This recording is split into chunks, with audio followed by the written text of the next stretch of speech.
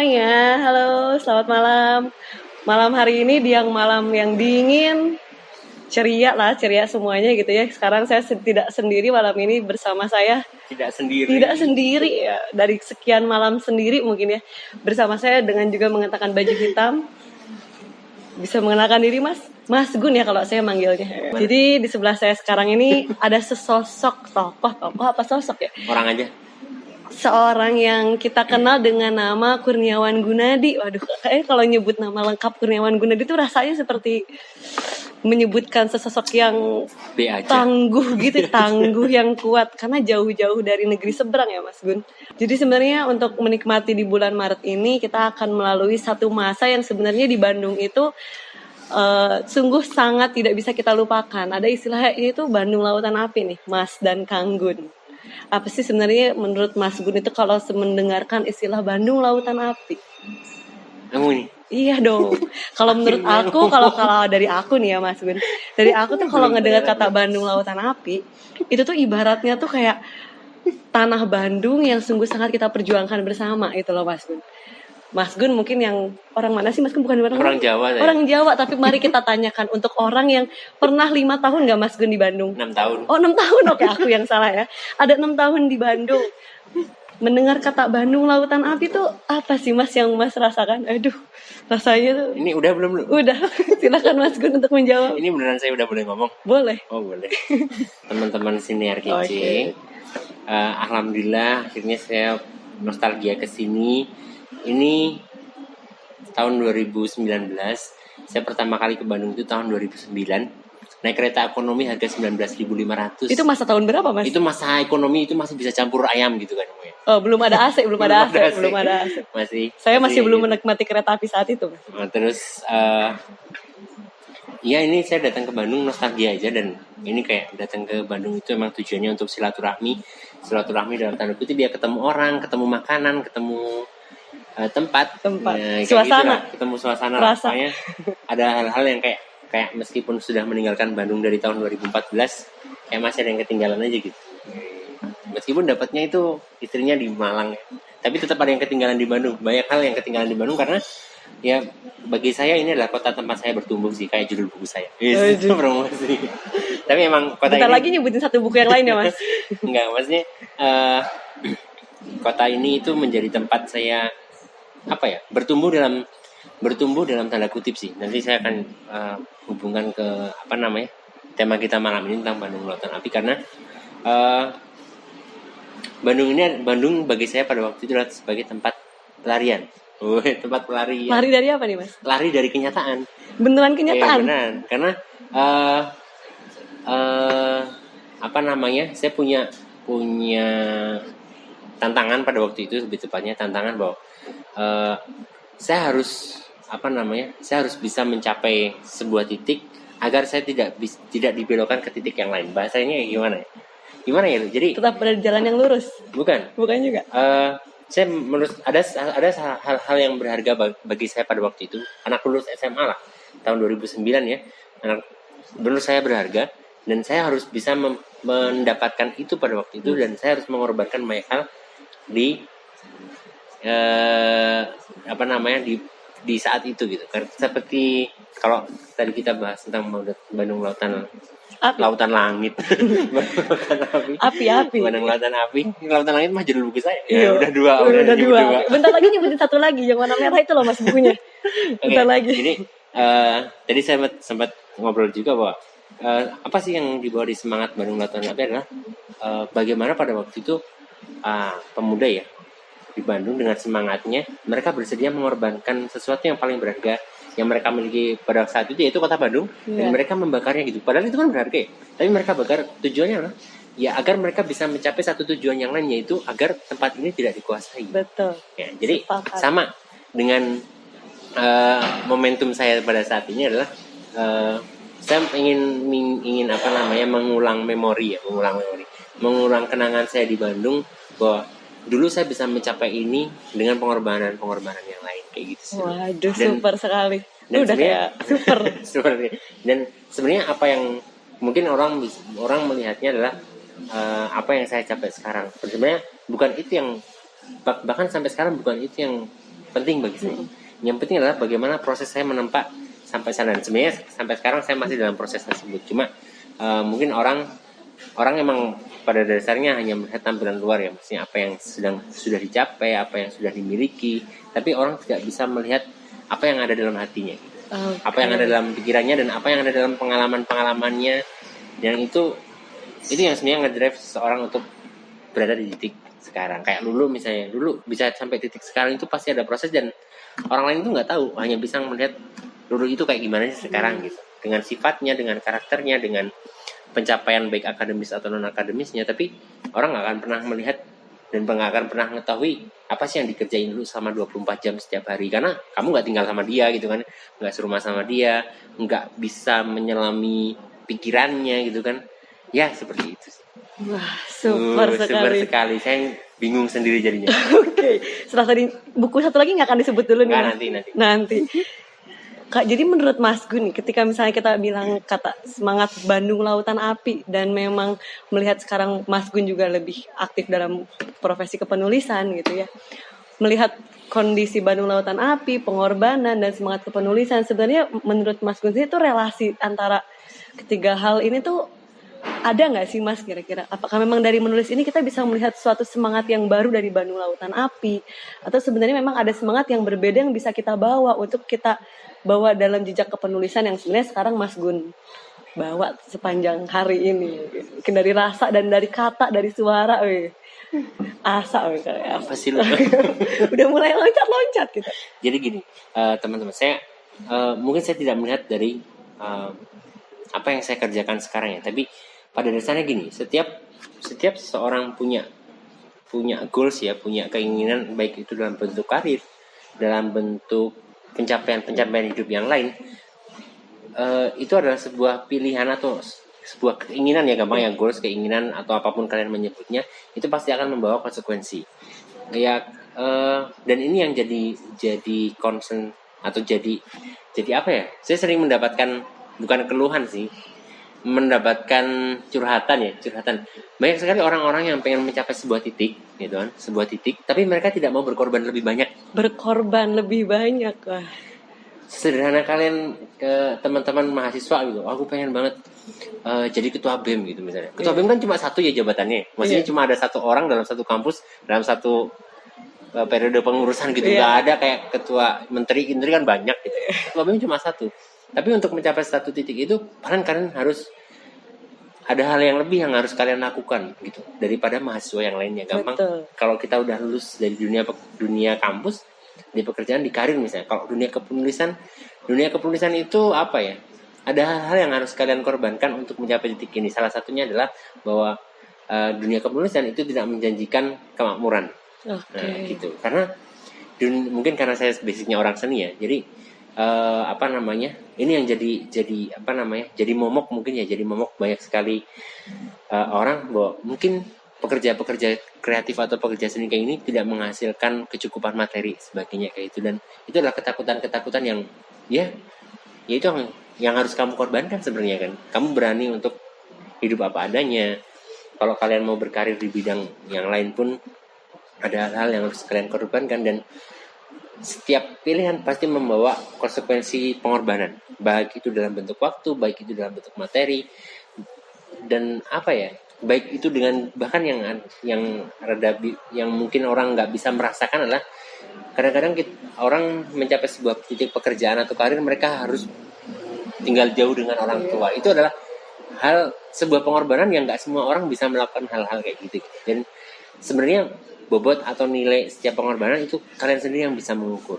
Gitu. Kayak dulu apa sih yang pengorbanan paling besar? Meninggalkan Bandung misalnya, karena Bandung nyaman banget. Bagi dulu itu gede banget, tapi bagi saya biasa aja pada waktu itu. Ketika saya memutuskan untuk keluar dari Bandung, yang ada dalam pikiran saya adalah bagi saya Bandung itu udah terlalu penuh gitu kan. Terlalu penuh, udah terlalu nyaman bagi saya gitu pada waktu itu. Sehingga saya pindah ke sebuah kota, di mana kota itu saya nol, jalan aja saya nggak tahu gitu kan. Maksudnya kesana itu jalannya kesasar gitu kan, bener-bener teman nggak ada, kecuali teman film sih, dan itu pun sibuk kan, yang literally teman main itu nggak ada, dan saya harus membangun dari nol.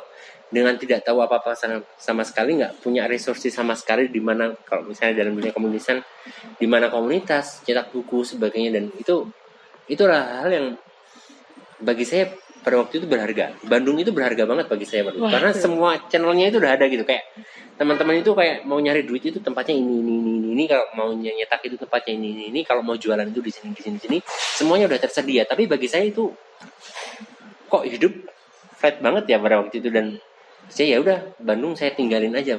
Karena bagi saya terlalu pada waktu itu sangat melankolis sih, ninggalin Bandung gitu kan, terus ngeliatin dari jendela mobil gitu. Ini bener, pada waktu jalan itu ini sampai banyak sekali pertanyaan, ini mumpung masih sampai Cileunyi gak balik aja gimana gitu. Tapi saking cintanya ini. Saking nyamannya Bandung bagi saya waktu itu, dan saya ingin menyediakan segala hal yang saya butuhkan. Tapi justru ketersediaan itu yang nggak saya butuhkan pada waktu itu. Dan akhirnya saya pindah ke kota baru, ke kota yang lain. Waktu itu pindah ke kota Jogja, benar-benar blank, nggak ngerti apa sama sekali. Terus berbekal maps, menghafalkan jalan, sebagainya, nama-nama, sebagainya, terus nyari tempat, sebagainya, dan saya sedang sampai di titik di mana Yogyakarta itu terlalu comfort, dan saya pengen pindah kota kayak gitu. Jadi ya itu, tapi yang akan dikorbankan jauh lebih besar lagi, karena pada waktu saya mengambil keputusan pindah dari Bandung, saya masih single. Sekarang saya udah punya pertimbangan keluarga dan sebagainya. Jadi ketika sekarang aja waktu kita memutuskan apakah kita mau pindah ke Jabodetabek gitu kan, dengan segala tantangannya, kita mikir atau kita mau pindah kota yang lain nih, misalnya pindah luar negeri aja misalnya kayak gitu. Tapi nggak mungkin dalam waktu 1 tahun dan sebagainya. Dan keputusan semakin kita semakin besar goal kita, semakin besar tujuan kita, pasti yang akan dikorbankan itu semakin ikut gede gitu loh. Sama kayak tadi kita bilang tentang Bandung sebagainya. Orang-orang bakar Bandung itu, bayangkan itu kalau dihitung secara materi kan banyak banget ya. Gampangnya gitu.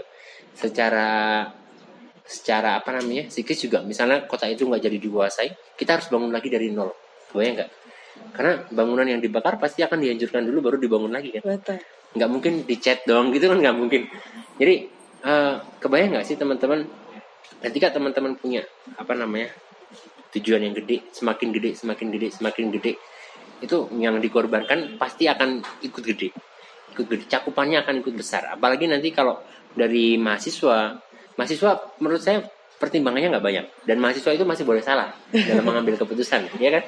Kalau saya sekarang misalnya dalam dunia profesional salah mengambil keputusan ya, salah memilih hal yang untuk dikorbankan, itu fatal banget akibatnya.